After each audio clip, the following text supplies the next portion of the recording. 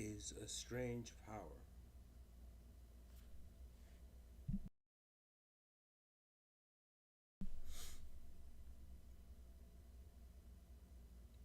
And humanity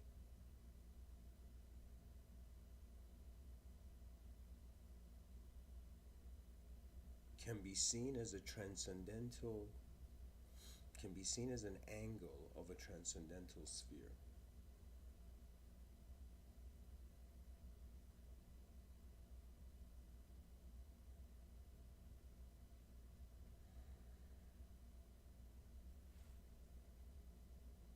In this episode,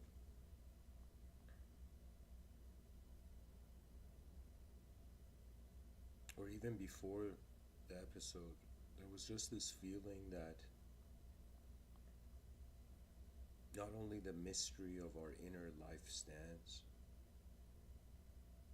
but that how we are looking at life is dictating it. I had this insight that when you look at phenomena like simple objects, on some level we see like the shape of the object, its form, but at the same time, let's say from a scientific lens, we know that it's just an atomic atoms aligned.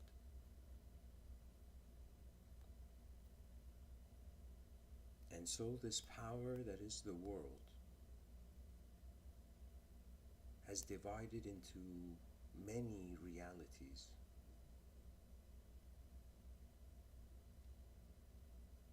And this idea was profound to me because you look at the human being in 2022, and there is, how would I say it? I mean, right now we are, I mean, I'm just one, voice in one, in a corner of the universe, but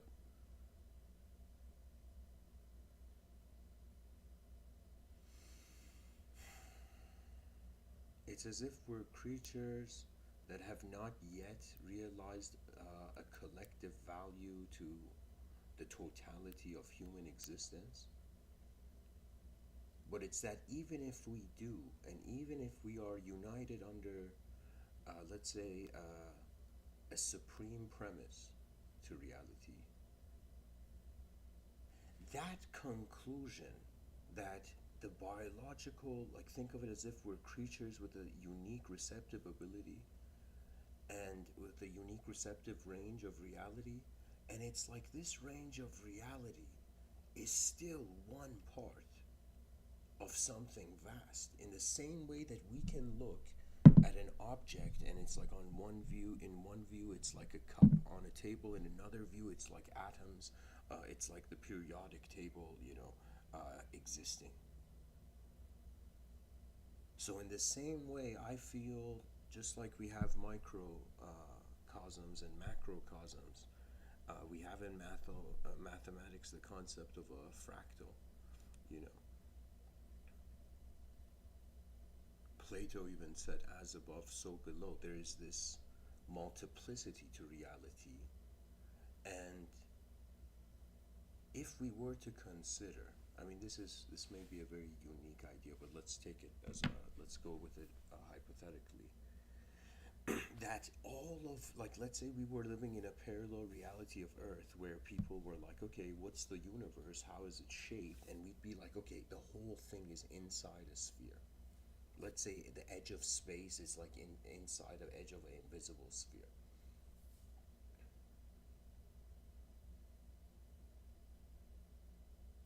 And so if you put a plane at the center of the sphere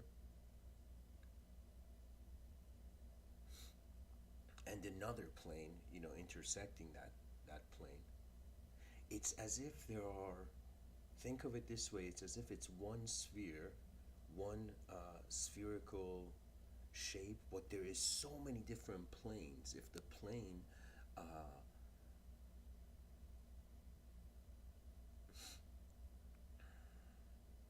spins around itself. So it's like a circle spinning around itself, imagine. And then there's like a sphere. The faster the circle spins around itself, to us it appears as a sphere. It's like reality at lower levels of speed can be seen as flat, like in this hypothetical setting, and then faster speeds, it's like, a pure sphere. But anyways, the intent of why I'm sharing this idea of the transcendental sphere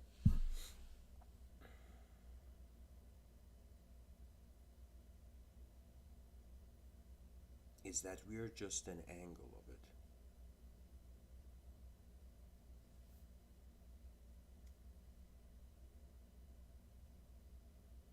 What do they call it? Dilateral planes? Dihedral planes? I'm not sure.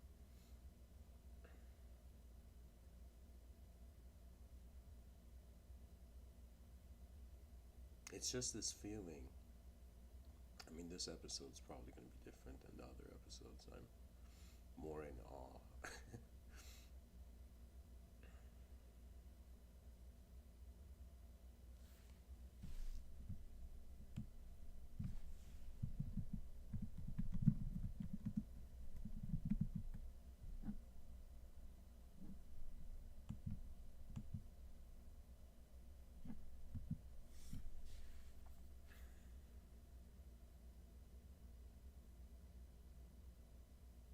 The game of the human story is being played, and there can be so many different levels of consideration of what reality actually is. It's as if not only reality has a potential of being a completely from the beginning multidimensional system, but it wasn't enough that it's just multidimensional and just infinitely vast. This infinity is changing. Do you know? It's as if you can say the finite is how infinity moves. Or let's say a human. Let's take a mystical perspective here and say like, just like in through the Buddhist lens, there's this view of like reincarnation. So it's as if reincarnation is like the dance of eternity, or the dance of the eternal. And so it's as if, like, from this perspective, me right now, just being this physical human being in this moment, it's as if uh, I am like a footstep of eternity. Do you know?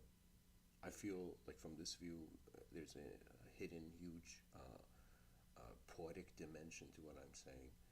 Like, you see, it's as if when the let's think of life as if through stability and instability, or that which is because it's stable is true, and that which is because it's unstable, it's not true.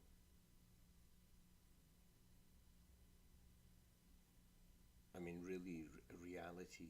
What are our brains doing? Our brains are projecting a layer of reality over reality, so objects aren't just objects.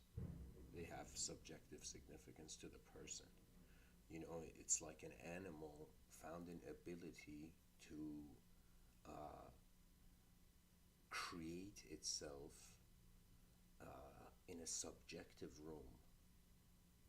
And then from that subjective self, there came endless like correlations, relationships with other subjective domains.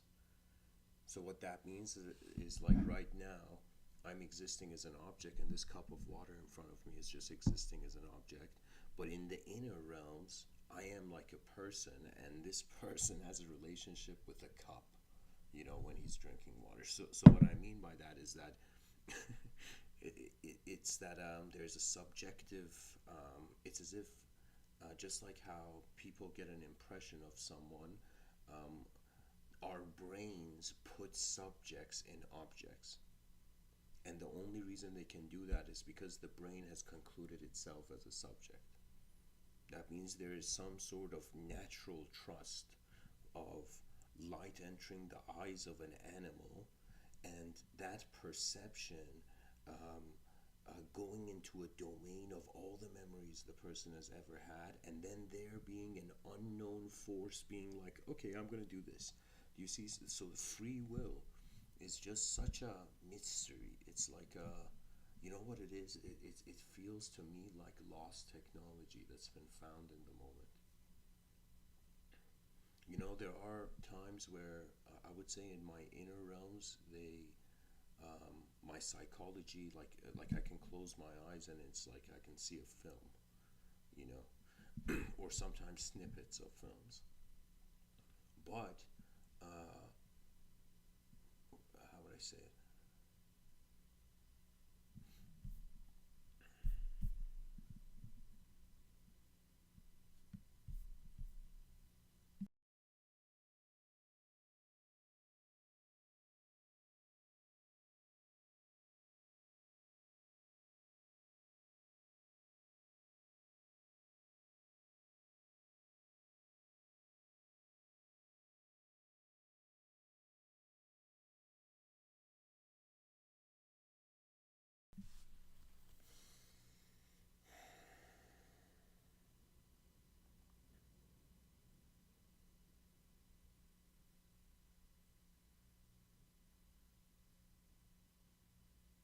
It's like, what can we do with a bit of knowledge in an unknown world?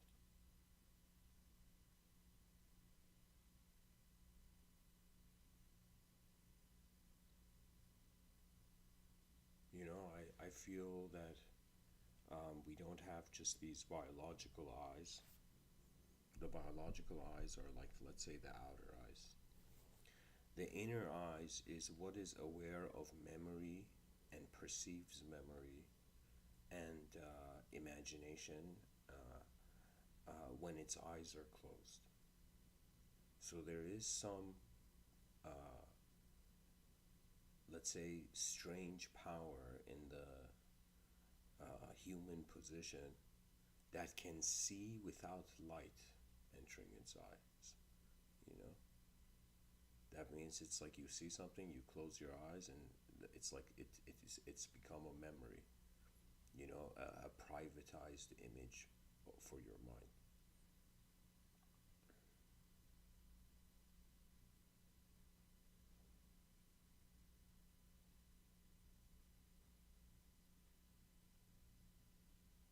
You know, there's this poet by the name of Rumi. He's a mystic who, from 700 years ago, he's a Persian mystic, and uh, he says your task is not to search for love. Your task is to get rid of all the barriers you have made against it. Now, the way this Sufi mystic uses the word love is not just, let's say, from a human perspective, it is from a universal perspective. Do you know that means it's as if human beings are searching for the ultimate state of being while they're alive? It's as if rather than truth just being right there and accessible, it's as if it's layered with obstacles, you know, and these obstacles are self projections.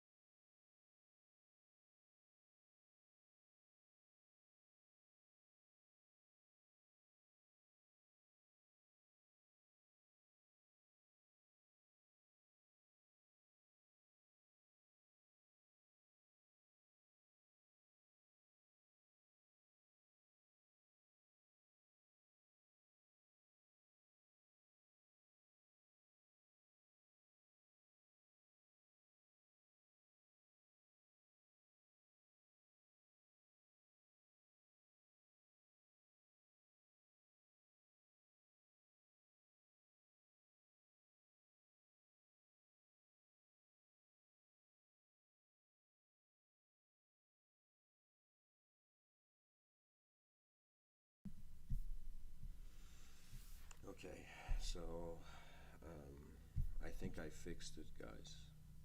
Somebody let me know in the chat section there was an issue with the audio. All right. So, thanks for the feedback. I just replayed the live stream from the beginning for myself, and I realized that what can we do with a bit of knowledge? I realized that it is still audible, but you have to really raise the volume. But I think now it should be okay. In case if it wasn't,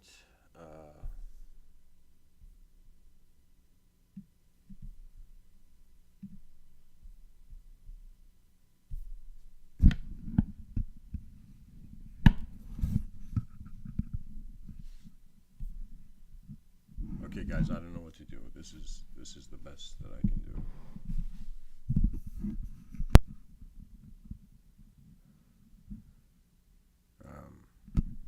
Okay.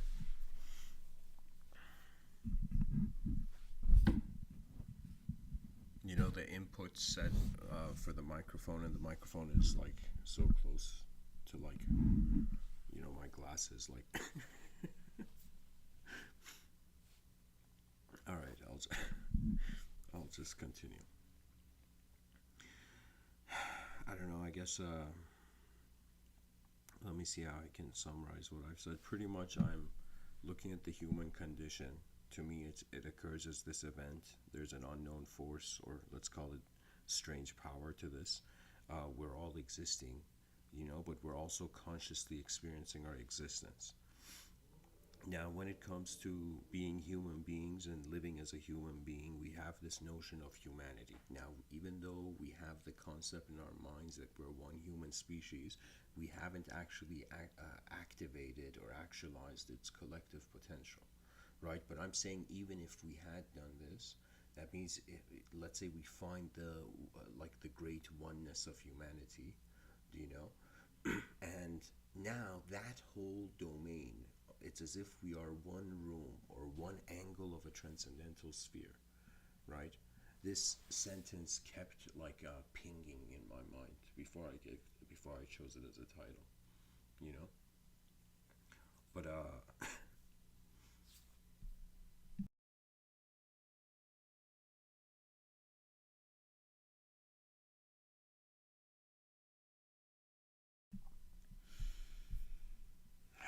my god, sorry guys, the technical difficulties in this episode are.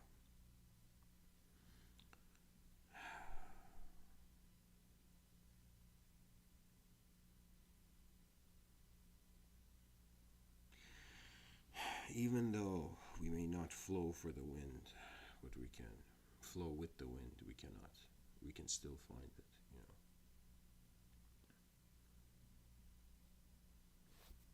Pretty much, I'm seeing humanity as the potential of the recognition of every human being of their value in the world.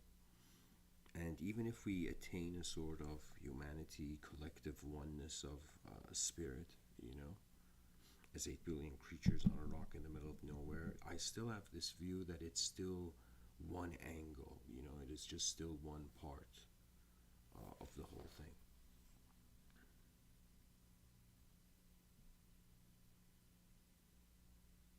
It's as if there's levels to reality, even though it's existentially all of existence is in one place. That means it's as if somebody's like, where is my experience? And the answer is like, okay, my experience is existing. And then the person's like, but wait a minute, where is existence existing? Right? And usually we just, the traditional route has been we pointed back to the mind, kind of like how Friedrich Nietzsche says, if a tree falls in a forest, did it fall? That means if there's no conscious receiver of reality, is reality accessible? Is the reality there? But I feel another approach is to recognize the vastness of the unknown. And it's very strange because when I look at how my attention is moved through the various concepts I've spoken about and observed, I see it that it's as if I was looking for a file in a cabinet, in a file cabinet, and I couldn't find it. And I reached a point where I realized the file is not in the cabinet, you know?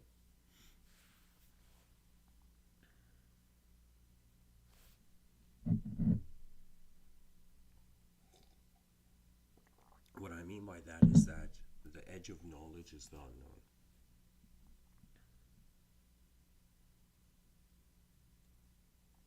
And people may not take this seriously now in 2022, but I'm telling you, give humanity a couple thousand years of playing the game more, from 2020 onwards, and we'll suddenly realize, like,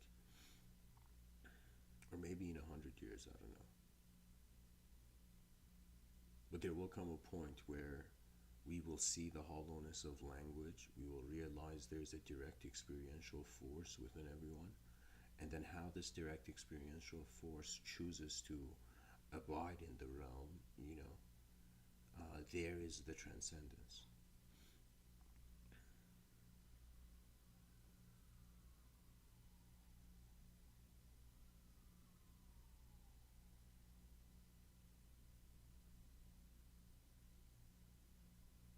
How many different human beings have come and gone? How many different ways have eyes opened to the world? How many different angles to reality has the human species accessed, considering that there's, let's say, a potential for a collective human mind? So let's say that, let's give this a time span of like 100 to 200 years, this new thing I'm going to say right now. So let's say that human beings right now, our connection and our collective experiences through language. Language is what connects, like, the inner world with the outer world. And not just language, just the effort of communication. That means you can kind of say two people dancing is like, okay, sure, that's like, inner realms are somehow communicating beyond words, like without words. But, the primary force has been language in our ability to experience some sort of collectivity in reality. And identification with language. That means to be like the way people celebrate the new year. I mean, sure, it's like we are not all on the same page, but when it comes to time, we're like, okay, it's a new year. We all agree. Yeah. That means even the good and the bad are both like, okay, there's nothing wrong with the new year. Time is like, it's beyond good and bad.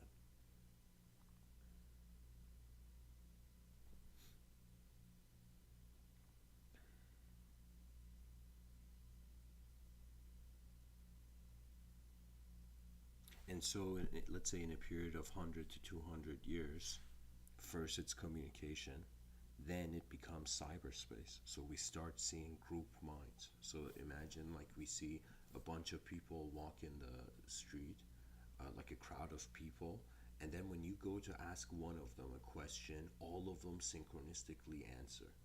Do you know, it's as if all of their minds are connected to one collective identity, let's say in one cyberspace program.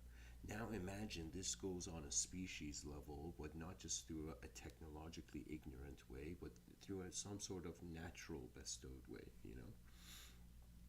And I mean, there is technology, but the technology is not,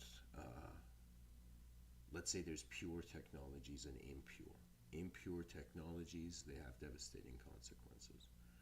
Pure technologies, they increase the potential of the human, you know. So we see a group of people having one mind, one collective mind. Now we see, let's say, 8 billion human beings having one collective mind, right? As if being one being. Because really, religious people, to me, that's what they're really doing. They're all acknowledging that they're one being. But that one being is inconceivable. So through language, we are experiencing collective mindhood, you know. But I'm saying now through cyberspace, we're going to experience it. And then I feel between language, I mean, in other talks I've spoken about this, that there's going to be a geometrical renaissance. Now, I don't know. The images aren't here with me right now how it's going to happen, but But anyways, I'm just trying to get to this point that collective mind arises. And this collective mind, that means imagine like you sleep as an individual, you wake up tomorrow and everybody, it's as if you're looking out through everybody's eyes. Everybody is looking out through everybody, something like that, you know. And now that one collective human mind realizes it's as if, okay, we became like one source receiver of all the different various perceptions. So what that means is it's as if we become probes. Every human being in that case becomes like a, you know, an information hunter. You know, we were hunting buffalo. You know, now back in the day. Now we're hunting information through discovery. You know. But anyways, in that perspective, eventually I find that, or let me say it this way, before that moment, it's kind of bizarre what I just said. Let me tell you why. Because if that collective mind, or it's as if right now, let's say every person has an individual presence and an individual personality, but when it comes to collective mindhood, that means all individual personalities have one collective presence, one singular presence. So it's as if like drops of water on a windshield merging. Do you know? It's as if 8 billion human beings, 8 billion drops suddenly became an ocean, right? Now that ocean is going to be so vast that it's going to start, it's as if there's going to, life is going to occur in it. Do you know? I'm just thinking that the moment we go beyond an individual perspective, the dualism of the known and the unknown, something has to happen to that. And I think what's going to happen is that the unknown usually wins because our knowledge is measurable. That's the challenge, you know, because knowledge is measurable, and it's another way of saying that it's like its finitude is its loss. That means imagine there was an eternal force and a temporary force, and both these forces are trying to seek their most advanced state. Okay, from the eternal has nothing to lose, just forever advancement. The temporary has one shot at the eternal, or at what the eternal even envisions. You know, to me, it's really fascinating. I mean, I have a reverence for uh, you, the Vedic mind, um, in a way where I don't know if it's like there's nothing in this life, like from my upbringing, like the concept of meditation and the concept of, okay, what is the role of the mind in the presence of, let's say, some sort of divine archetype or divine system, you know?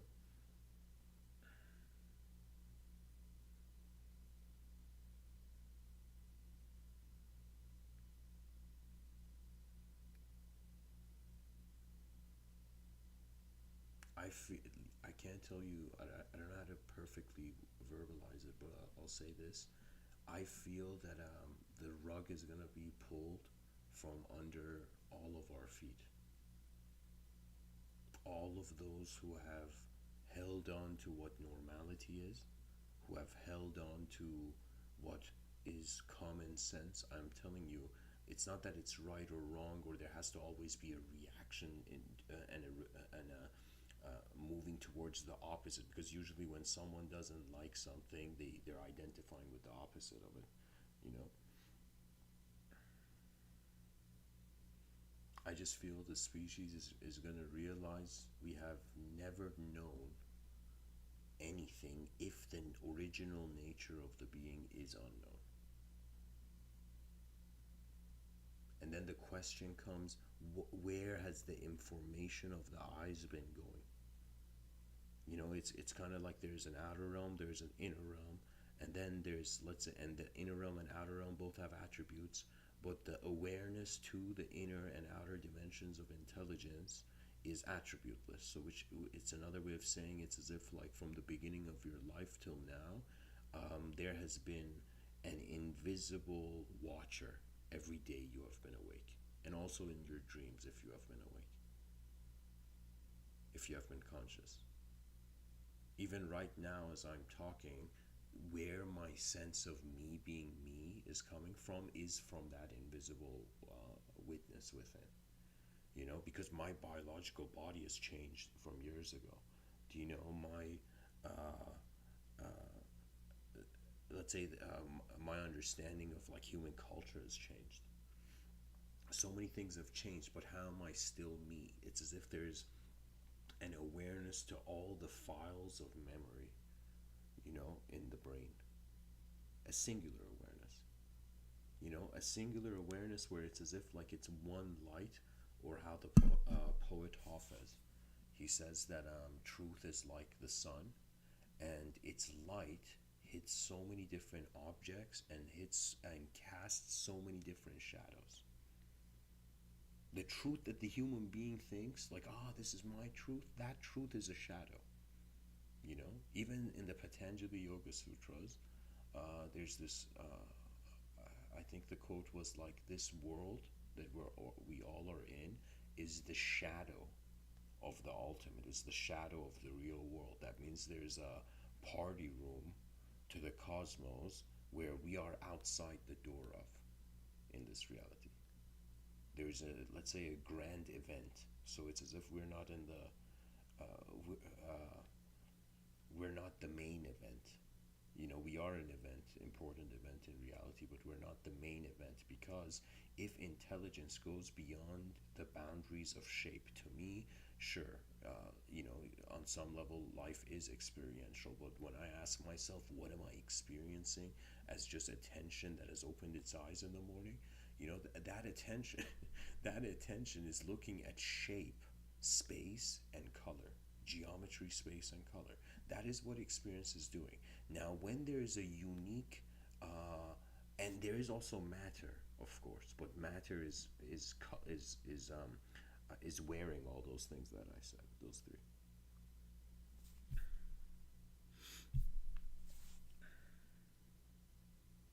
So, in some sense, some people, I've heard they say the purpose of life is to go experience new things, and it's true. And I'm not saying I don't have an opinion on that. I'm saying more like what we are experiencing is movement on a meaningless level, and then if we choose to stop identifying with meaningless dynamism, we hold a static point as our identity, and that static point in that instant can relate to anything else. You know, it could be this view where, what we are is not actually a human being. We are like this, let's say, biomechanistic engine or projector. And so every moment that we're consciously, even right now as I'm talking, there's a simulation sort of nature to the moment.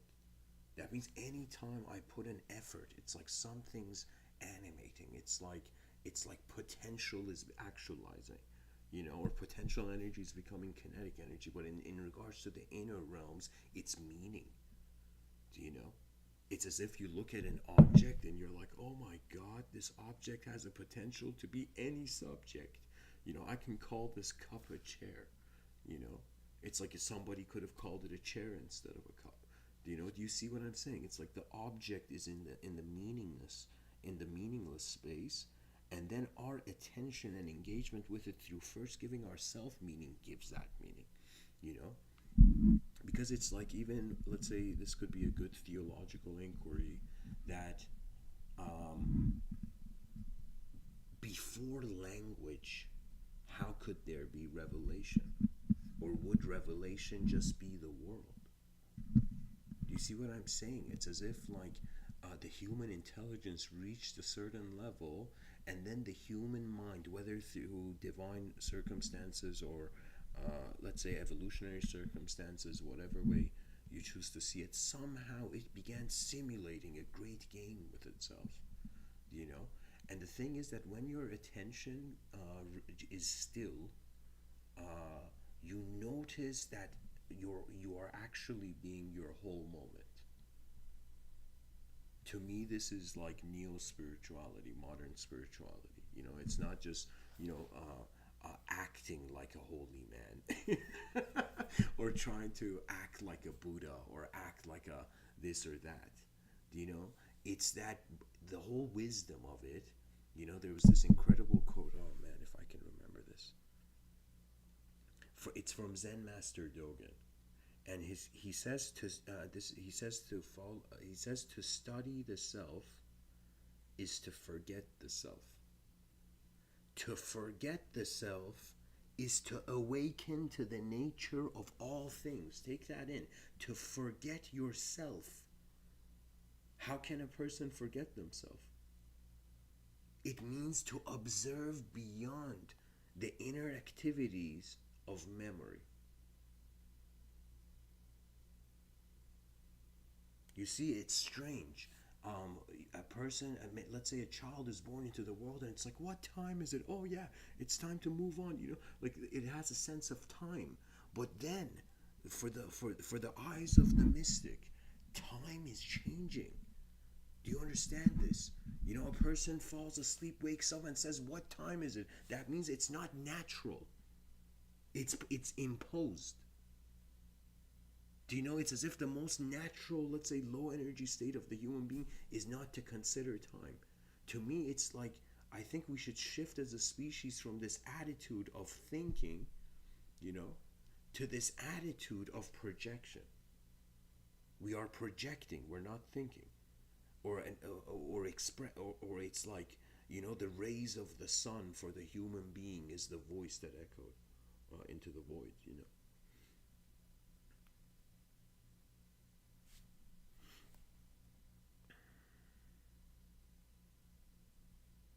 I have ridiculously attempted so many different episodes of trying to explain my inner life, but its explanations reach a limit, and then here's the cool thing: it's as if this is how I would say the linguistic simulation breaks. You know, so first there's a conceptual subjective domain that's being treated as absolute. That means this is not an object. This is a cup.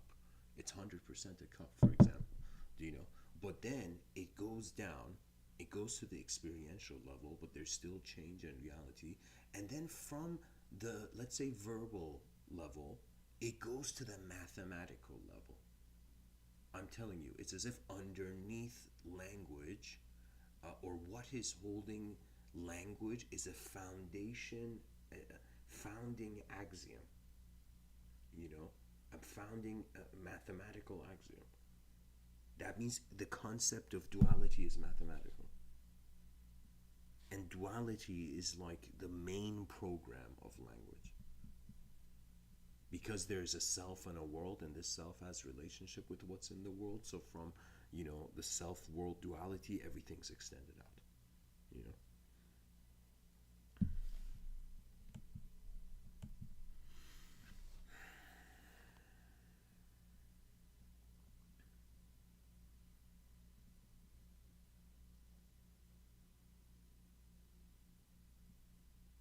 So when the species reaches a, or let's say if the species reaches a point where it snaps out of time, it will find itself as an unknown self in an unknown world. And what that unknown self can do with the world is to realize that it's the potential for any known arising. Do you know? That means it's strange. I mean, it's like what was, let's say, one world or one view of the world for the child divides into this multidimensional simulation. It's as if there are as many inner worlds as there are human beings, you know, that can be spoken about.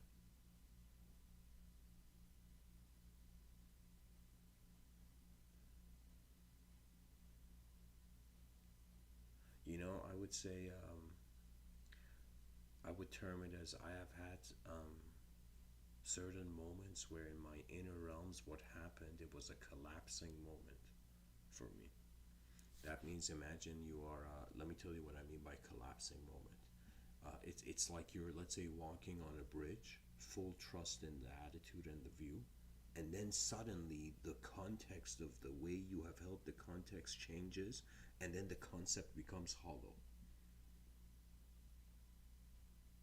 And usually what happens is that the more emotional we are, the more unconscious we become of dualism, and then we get pushed around by it. You know, it's like, can we imagine a world where there never was good and bad people? How would that look like? It would just be different creatures at different levels of expressionism.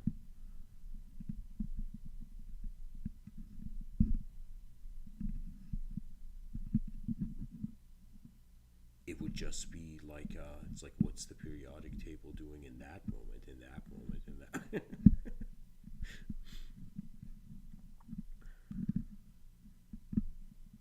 In one talk, I remember I said something that it made me laugh. Like at the same time, I said that the periodic table is reincarnating as the rise and fall of civilizations.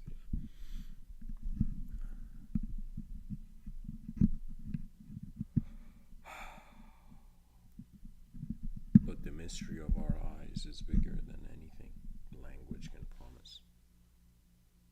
You know, it's as if through a conceivable language, religions are trying to worship an inconceivable truth. You know, that's the world we're in.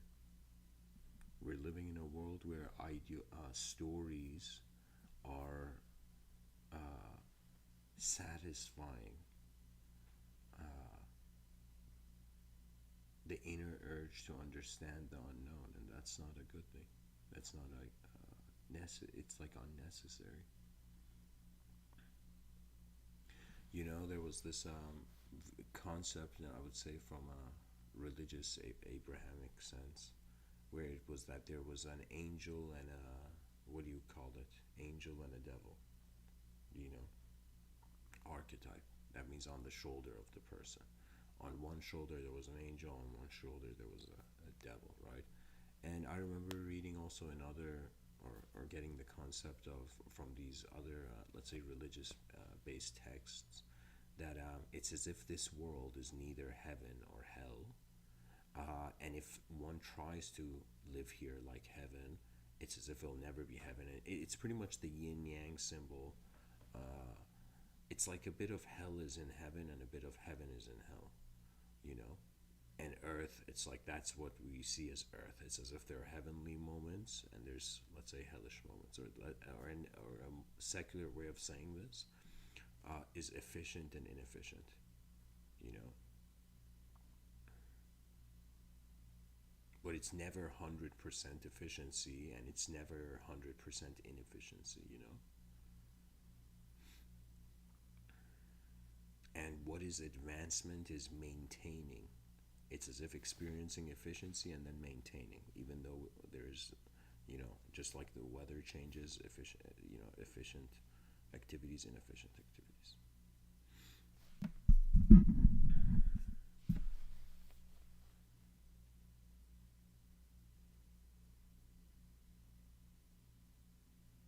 You know, honestly, sometimes I don't know what to do with this realization that what is aware of time is not in time.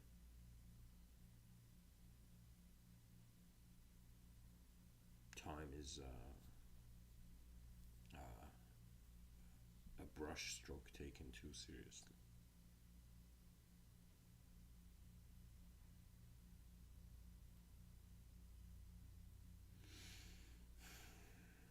And you know, I sometimes also feel that this world is like a giant place where, again, unknown potential is becoming.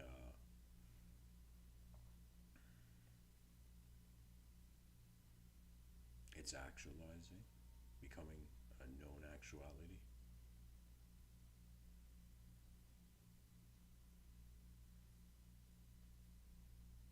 But it's still unknown.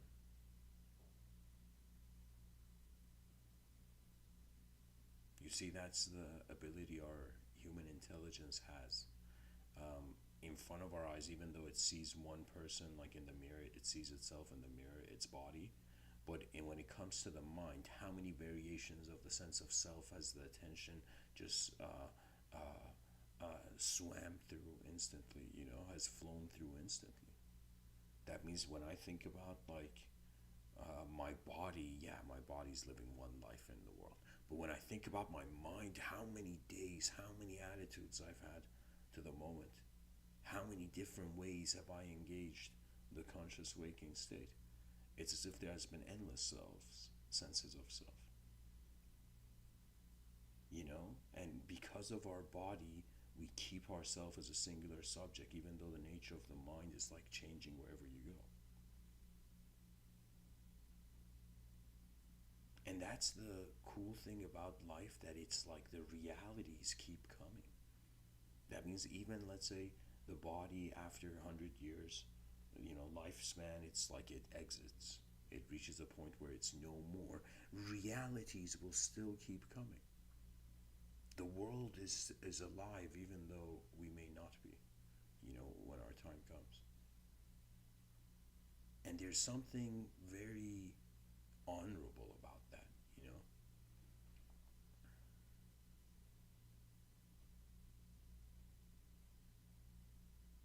And I think it, on some level, it also goes to the ego and how serious should reality be taken.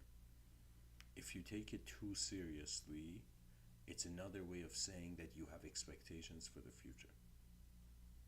If you don't take it too seriously and you're playful, it's another way of saying you have released yourself from your past. And I think it's fair for 8 billion of us to be like, okay, we don't know. We don't know what the original source of consciousness, conscious intelligence is. It's as if the body could be an antenna, and what is received by the antenna is not the antenna.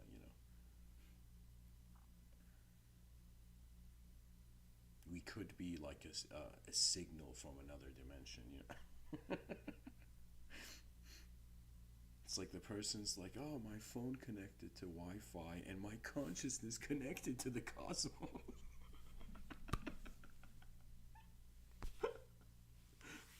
Oh, man.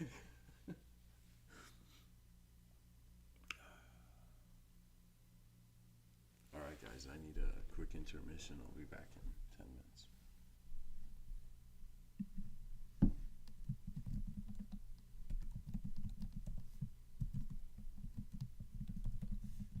Maybe even sooner.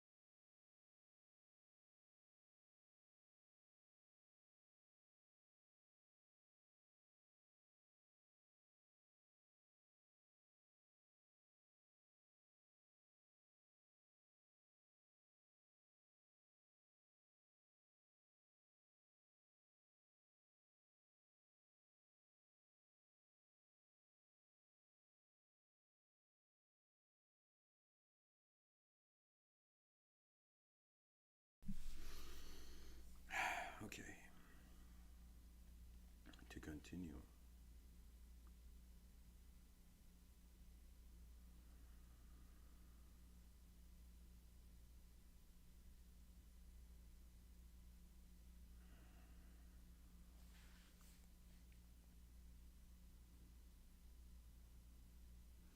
My attention goes to this image of three concentric circles, and how from the central point to the edge of one point there is this radius that has two arrows. That means both sides of the line are arrows. And so it's as if the human being, snapping out of this dualistic absolutism for the meaning of everything, realizing that in different dimensions the relationship of the concept and context are different. When you experience something, it's as if the concept and context, they're both the same moment, but when you imagine something, it's as if you have the concept but the experience is separate. It's like the access to the where the concept is different.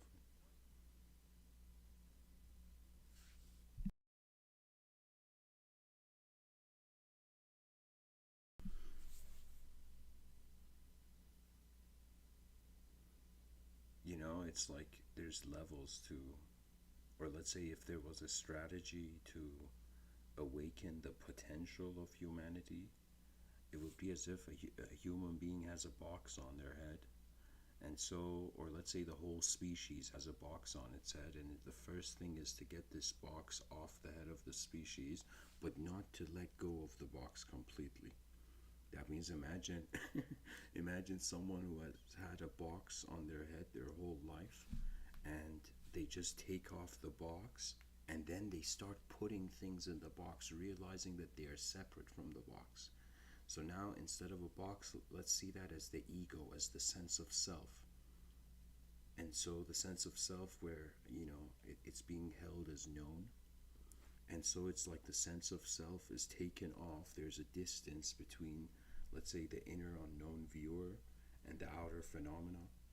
Or let's say, okay, here. Immanuel Kant used this language where he said, in front of your eyes you see phenomena, behind your eyes you see noumenon. And there is this term, which I believe it came from Descartes, or I could be wrong, but it's this term called Qualia. Okay, and the way I've understood that is that it is how the inner viewer is perceiving the concepts before that. It's as if like awareness to the view of your inner realms. So it's as if, imagine light enters your eyes, and then it becomes a subject, and then there is something that's aware of that subject. The awareness to that subject is Qualia. It's like the access of inner experience. Now, the sense of self is the box, so it's as if this unknown, let's say, viewer within the moment, the whole moment, not just in the body, but this unknown viewer within, recognizes, or has forgotten that it is not the subject.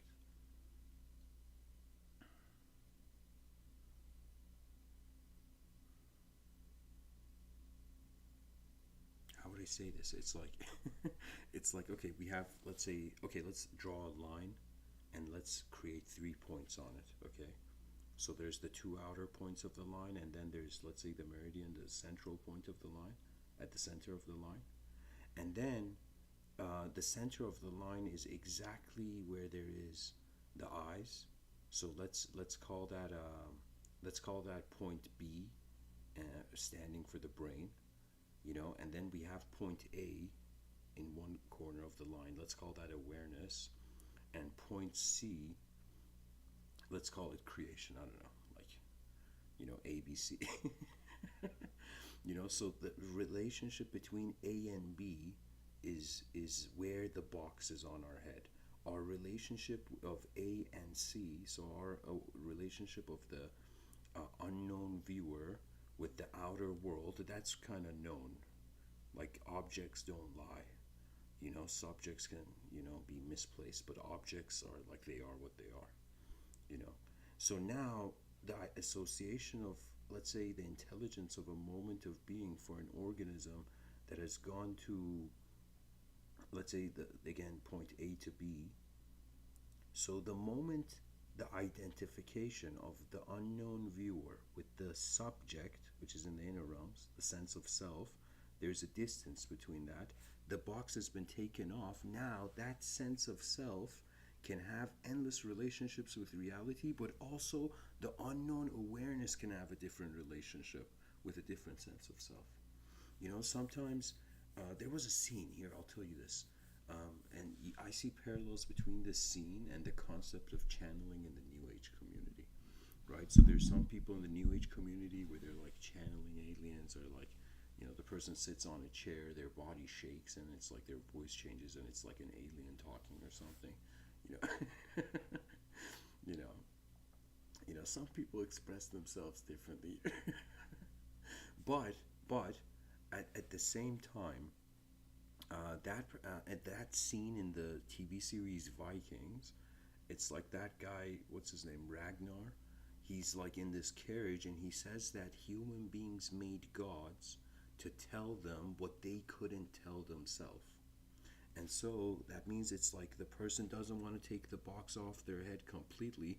They take it off a little bit, and they, in some sense, identify with a multidimensional persona, which means the person, it's like they took the mask a little bit off. They know that they are not just this, but at the same time, how can they be anything other than the mask they're wearing, right? To take that mask off completely, that's a sort of inner death. And I don't know if right now we need to completely get rid of the box, because it could suddenly shift the species into a hysteria with the unknown. You see, it's as if the unknown is like this journey we all must go through, and eventually, any person who reaches the end of their physical life, you do enter the unknown, right? So it's as if the value of these talks I'm giving is that before we all physically enter the unknown, let us try to see how the physics is in the unknown before the physics becomes the unknown, you know?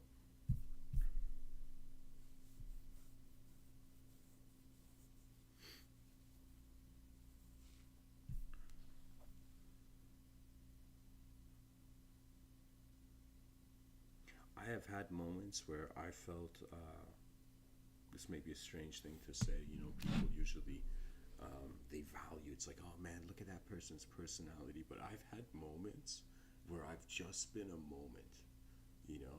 Sometimes, I would say I have an uncommon sense of humor. This has become evident to me, in interactions with people throughout life. And when I think about my sense of humor, it is arising from how it's an unknown. I'm telling you, it's as if, like, for the mystic, they're identifying as just an unknown presence rather than a known personality. For the human being that's in let's say, a cultural simulation of meaning, then it's like you can't be unknown. It's like your whole it's like your stability is based on, is an axis, or the axis is on the sense of self. That means even when I think about, like, how are, like, the viewers of my YouTube channel, like, engaging the content, I'm like, okay, it's most likely most people are just, they're looking for the sense of self. That when I talk, it's like they're like, okay, they're interested by the sense of self. But when people realize that it's like every moment has an unknown factor to it. Sorry guys, my phone's too far away, and I'm like sitting cross-legged. This is. Uh, oh man,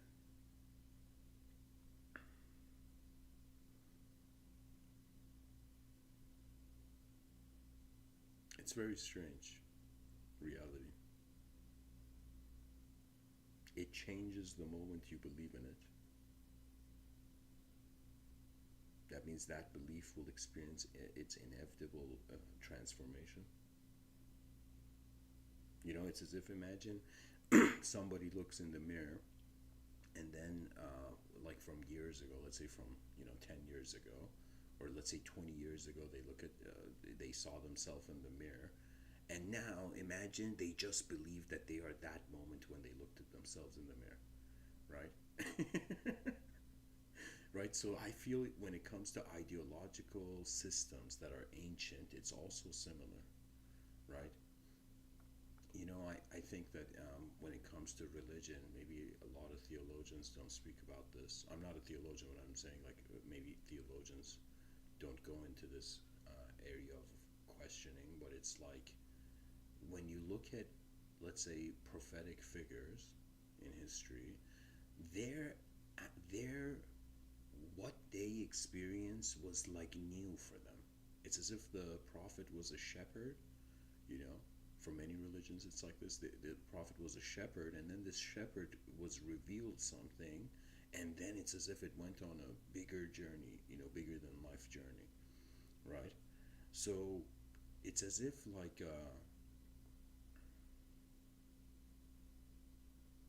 there was an authenticity to their revelation. But when human beings follow the revelations of others, of course, it'll never be as authentic as your own journey into the unknown. This is why truth can't be copy pasted.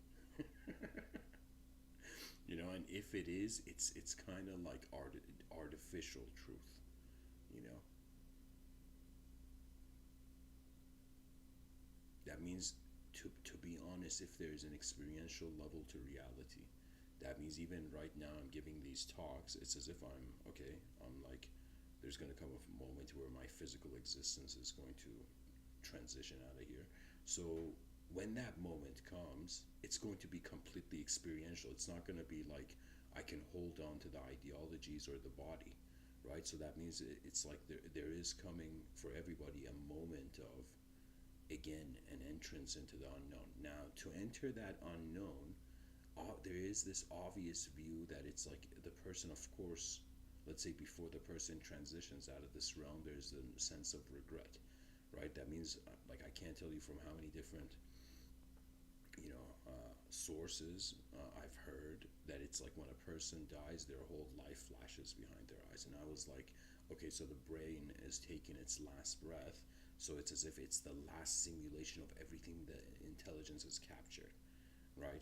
Or it's a reverse engineering back into its original memory. So it's kind of like imagine a house of cards, and the first imagine a okay, let's say like a domino. It's like, a domino that during the lifetime, during the conscious waking state, it was just, the pieces were going forward. It's as if the moment the person transitions out of this realm, all the senses of self are reverting, you know, which means that every person has an original self. For most, I think that original self is in the subconscious. That means if you identify, when I say original self, I should say it this way: an original awareness prior to the input of anything else. Because that's an incredible strategy, especially if you're a temporary physical entity, right? And you have awareness, so you got to understand the texture, the essence of that awareness. Now, the essence of that awareness is from, let's say, different traditions, is that it goes towards eternal remembrance. That means you remember that, awareness never went anywhere, but the whole world changed within it. You know, it's as if, like, just like the wallpaper I have for this talk, the sphere is right there, and the reality, let's say, changes. The cars come and go.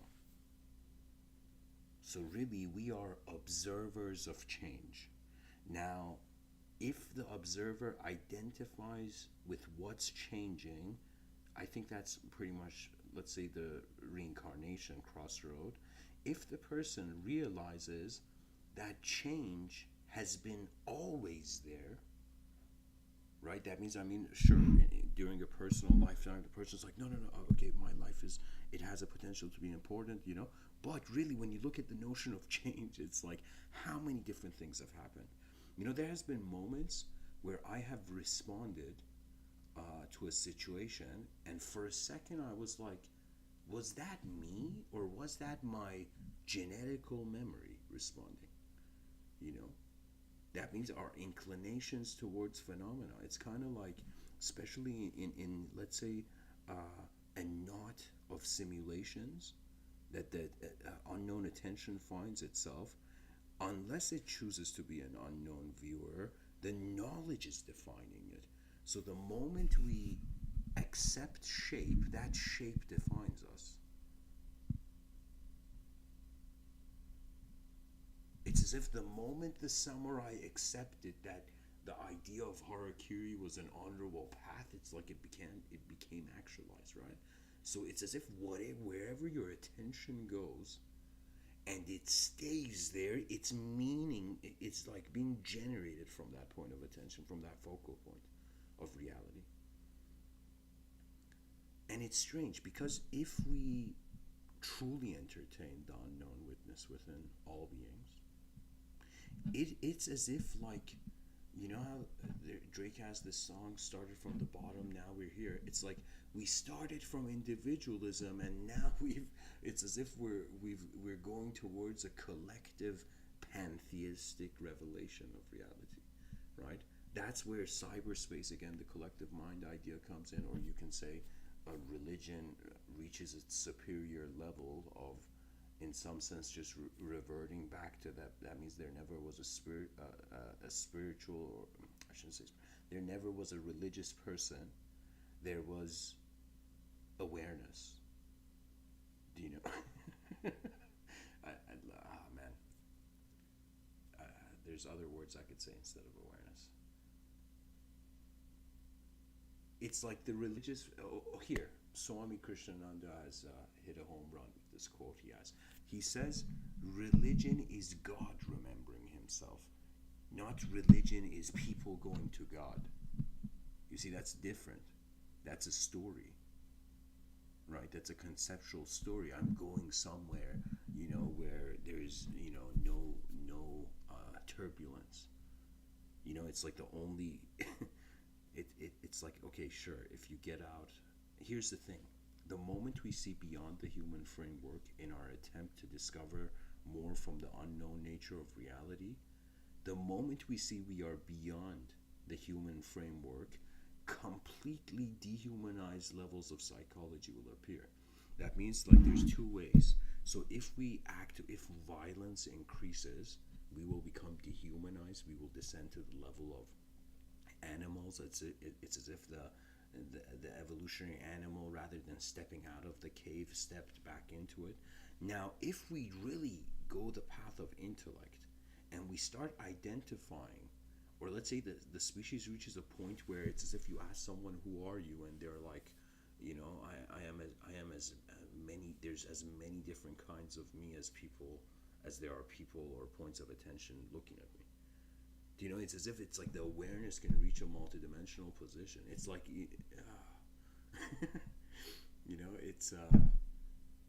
it's like I feel I have been born in a moment in history where consciousness is starting to notice that how reality is held is more than what it's inputting into the moment,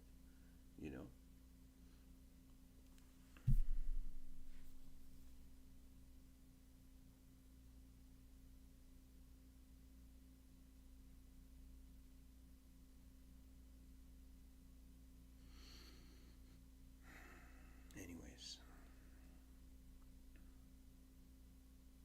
how will the multidimensionality of the future find us now?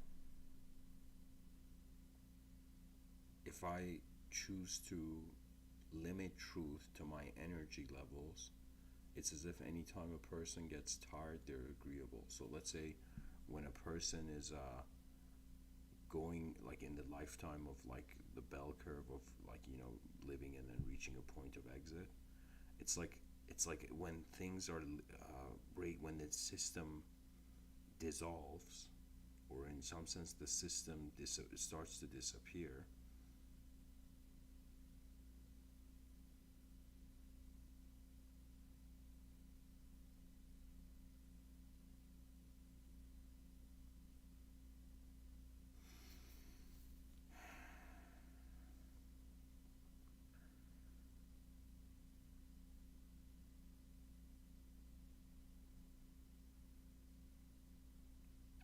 presence of attention doubtless remains.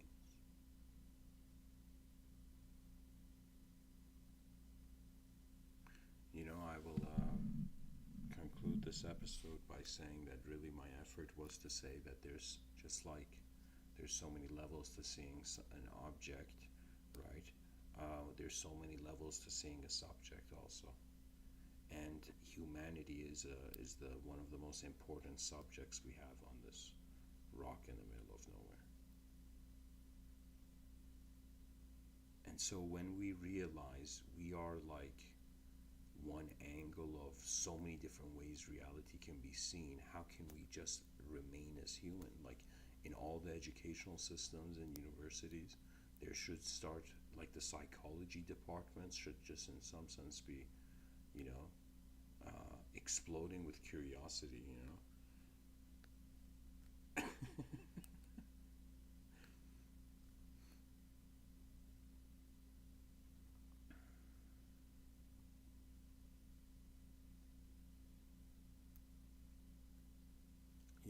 When you think about reality being void, it's too easy. It's too easy to see everything as meaningless. When you think of reality as singular, too easy. It's like you put an equal sign between everything. You know, when you think of reality as dualistic, it's as if too old. It's like we've been doing that for so long. When you think about reality being infinite,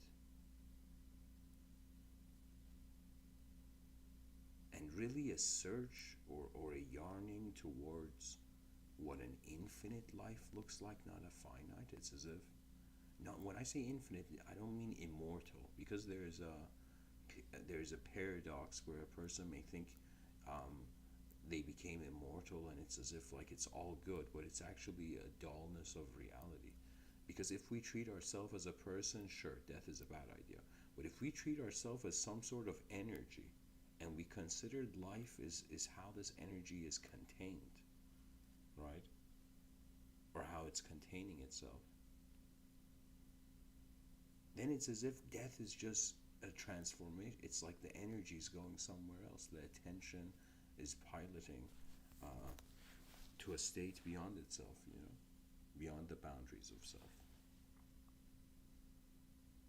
So we are alive in an incredibly mysterious place. We shouldn't be too convinced by language's promises, and I guess if we are, if the presence of an unknown viewer is certain, then it's as if there is knowledge has so many ways it can move. Anything we as a species are acting like we know. It's like there's many angles to it.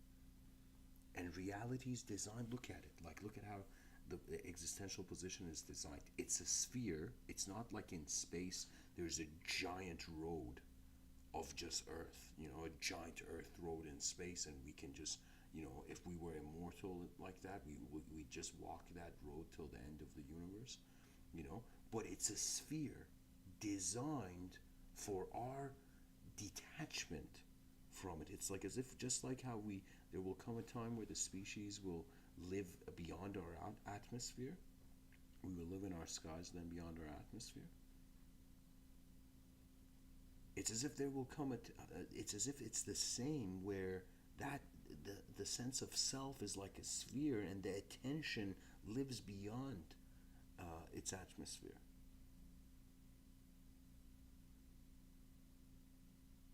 That means the intelligence, the energy levels of the attention present in the moment, for now I'll say it can rise to such a degree where the human body is not enough to contain it.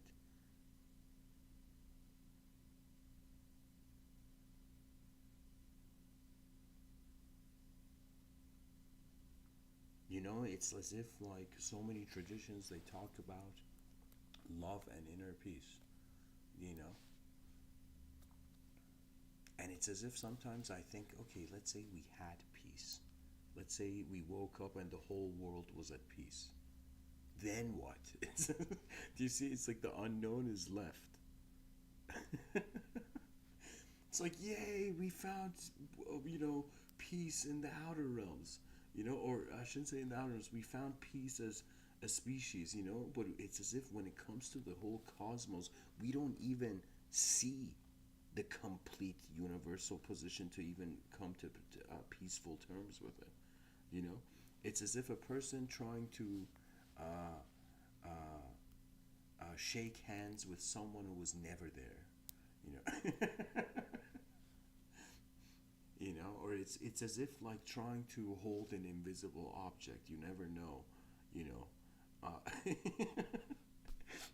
know, it's like the person's like, I have like the most incredible car, and people are like, where is it? It's invisible. you know, I've been looking for it so many years now. It's like the person forgot where they parked their invisible car, and they're like, oh man, you know. And some people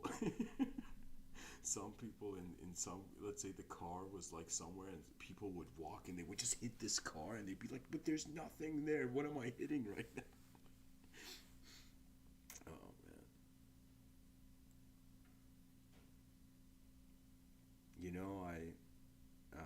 Before this episode earlier today, I had this observation where I was like, okay, how far will these Mr. Within talks go, and how much of my attention during the lifetime will go to them. And then I thought about it's like, what is the main vision, you know because it's as if like it's like an unknown being moving through knowledge and being like, okay, what am I supposed to do if it's unknown from the beginning, you know and I thought about it that perhaps the way we are designed as creatures in this realm, it's not about understanding per se reality. It's about like playing our part, but not through the future's request only. You know, because there is this view that is too much knowledge bad. You know, there's a scene in what's it called, Avengers, where you know what's his name, Thanos, holds Tony Stark, and he says, "You're not the only one cursed with knowledge." Right, and it's as if you think about, okay, what is the curse of knowledge? The curse of knowledge, at least let's say from that context I'm talking about, is that the more you know, the less there is a relationship with the or I shouldn't say less there's a relationship with the unknown. It's as if there's more levels of consideration which change the meaning of the initial levels. That means a child has, like, let's say a simple level, like let's say just like in video games there's the concept of leveling up. Okay, let's not just consider there's a physical leveling up where it's like your birthday, but let's say there's a there's an inner leveling up. It's like the psychology of the human being, of the child born in this world. It levels up. First level, it's like zero level. The child has no clue. It's just a movement. It levels up and it has a singular identity. Then that singular identity goes into reality, begins seeing various angles, and it levels up to level 2. There's duality. It starts having a relationship with duality. It moves from level 2, having so many relationships with, let's say, with dualisms, and experiencing the rise and fall of things, with, let's say, suddenly it reaches a point where it's aware, okay, I'm a singular thought, or I should say I'm a singular self, and then there's so many dimensions to the world. There's all the dimensions of the world are, let's say, contained between chaos and order, this dualism, this rise and fall, this up and sense of up and down. And beyond that, it's as if for how long an individual just being, dragged around by forces of reality. So it's as if the awakening to level 3 is realizing that the singular dimensions of intelligence and the dualistic dimension of intelligence are being space. It's as if, what does infinity duality and the singular have in common. It's like the space where they're all in. Our identification with space. I mean, think about it. It's the perfect explanation of the collective. I shouldn't say collective. The oversoul archetype in certain mystical traditions. You know.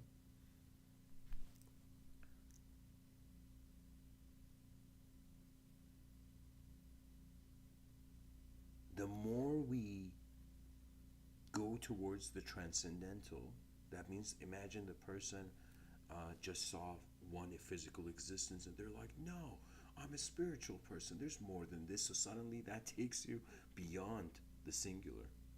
Do you know? And then, you open up the duality and you go beyond duality. You are like, okay, for chaos and order are like, it's one, the cycle never ends, kind of like, you know?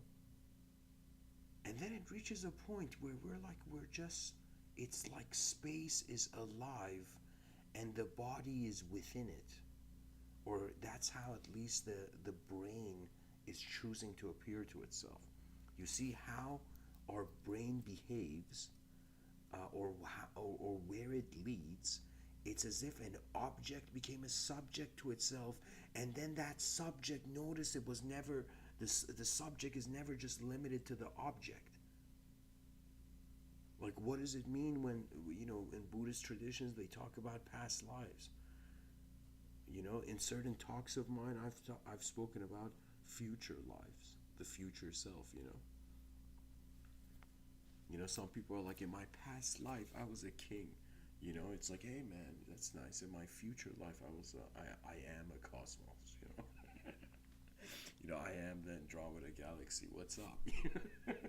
It's like, that's something the New Age community is like, I think is not going to expect, all those people associating that they're like, they're aliens and there's a starship and all of this, right? It is an incredible idea. I mean, it's somewhere where civilization will have to eventually, play with outer space, with the archetypes our mind can fathom. But it's as if the person's like, wait a minute, it's like, I will be the whole universe. The moment you identify with the space, it's as if the games of the mind all fade. You know, there's been moments where I haven't known, in certain situations, where I haven't known what to do, and in those moments, I'm honestly like, just like space. I'm just space. That means it's as if you can touch your body, your right hand can touch your left hand, but your mind can't touch itself. It's just being. And so if the glow of the candle is different from the wax, then it's as if consciousness is different than our mind, than the brain. We can say,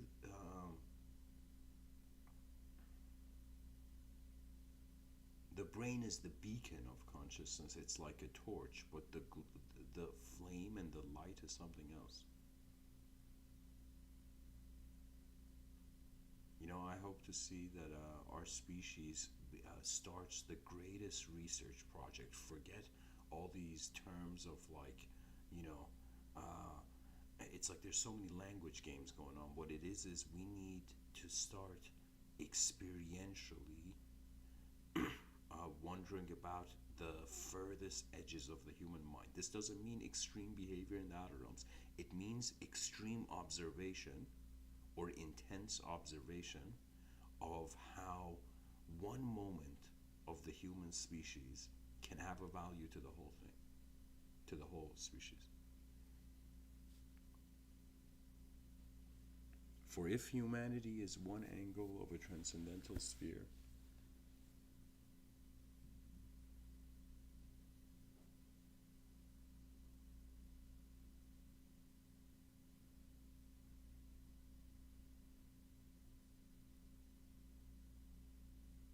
perhaps the center of being is all of it.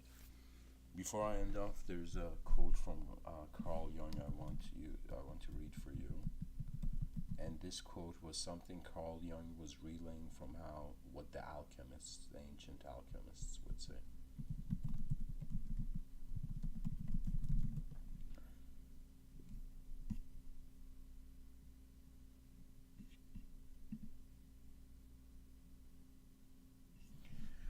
Carl Jung says a saying of the alchemist is, God is a circle whose center is everywhere and whose circumference is nowhere. And then Carl Jung says the saying holds for God, for the anima mundi, and for the soul of man.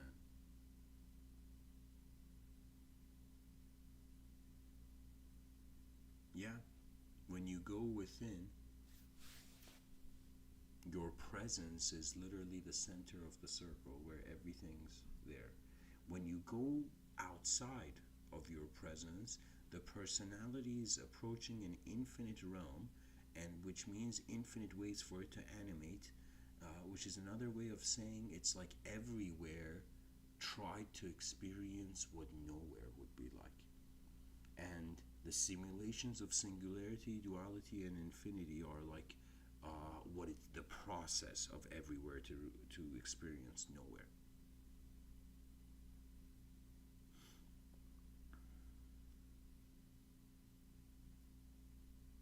And you can't even see it the other way too. You know, you can see the center being nowhere and the edges of the circle being everywhere. Because the nature of the mind is that it's not an object, so it's as if in the middle of this physical existence, this existential creature is like, okay, my attention is not the existence, it's aware of it, you know? Right now, I am not the words I'm saying, but I am saying them. Do you see what I'm saying?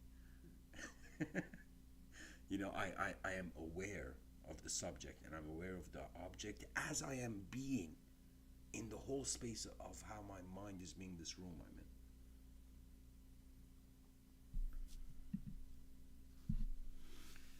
in. Anyways, thanks for listening, guys.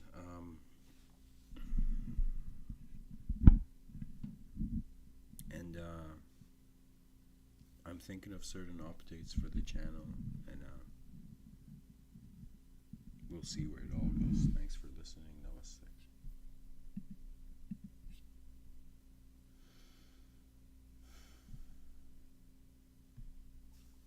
And direct experience is the ultimate explanation of any sort of life, inner or outer.